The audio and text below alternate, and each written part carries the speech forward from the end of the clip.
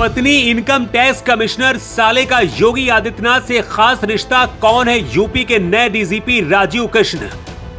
आतंकियों का किया सफाया, कट्टरपंथियों को मिटाया, योगी की गुड लिस्ट वाले ऑफिसर में एक है राजीव कृष्ण। 11 सीनियर अधिकारियों को छोड़कर बनाया गया डीजीपी, आखिर राजीव कृष्ण को ही योगी ने क्यों चुना, जानते हैं आप। योगी सरकार ने उत्तर प्रदेश का नया डीजीपी उस शख्स को बना दिया है जिसके चर्चे पाकिस्तान में भी होते हैं। एक दो नहीं बल्कि 11 सीनियर अफसरों को पीछे छोड़कर डीजीपी बनाया गया है और इसके पीछे एक बहुत बड़ी वजह है। लंबे वक्त से यूपी पुलिस की कमान संभालने वाले प्रशांत कुमार रिटायर हो गए। पिछले हफ्ते ये कयास लगाए जा रहे थे कि शायद उनकी सर्विस को एक्सटेंशन मिल जाए। सूत्रों की माने तो आखिरी वक्त तक इस बात पर चर्चा चल रही थी, लेकिन सरकार ने सबको चौंकाते हुए राजीव कृष्ण के नाम पर मुहर लगा दी। उत्तर प्रदेश के नए डीजीपी राजीव कृष्ण को ही क्यों बनाया गया डीजीपी, और राजीव कृष्ण कौन है, उन्हें फैमिली ऑफ ब्यूरोक्रेट्स क्यों कहा जाता है। राजीव कृष्ण के डीजीपी बनते ही राजनीतिक खलबली भी मच गई है। अखिलेश यादव ने एक बहुत बड़ा खुलासा किया है। अखिलेश यादव ने क्या कहा है उससे पहले आपको बताते हैं कि आखिर योगी की गुड लिस्ट में शामिल राजीव कृष्ण कौन है।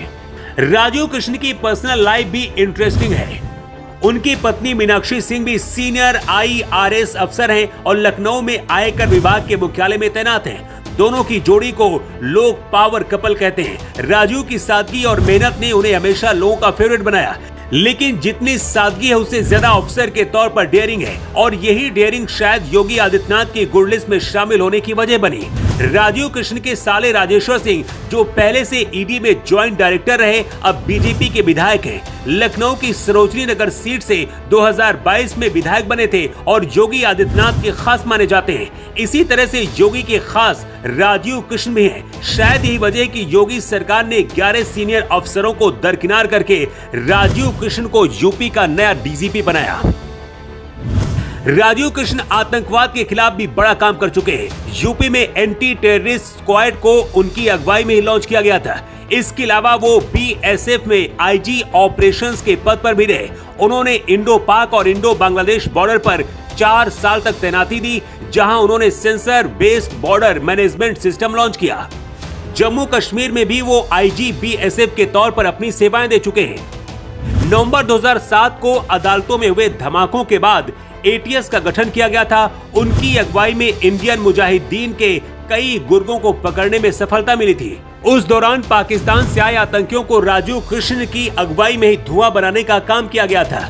राजीव कृष्ण का नाम तब सुर्खियों में आया जब यूपी में सिपाही भर्ती का पेपर लीक हुआ था। 60,244 पदों के लिए हुई इस परीक्षा में हंगामा मचा था। सरकार ने राजीव को भर्ती बोर्ड का चेयरमैन बनाकर मैदान में उतारा। राजीव के आते ही पूरा सिस्टम दुरुस्त हुआ और परीक्षा को दोबारा सफलतापूर्वक संपन्न कराया गया, जिसके बाद उन्हें सिपाही भर्ती का हीरो कहा जाने लगा। इन्हें डीजीपी बनाने की वजह ये भी बताई जा रही है, लेकिन अब अखिलेश यादव ने कुछ ऐसा कहा है जिसकी वजह से फिर से योगी सरकार पर सवाल उठ रहे हैं।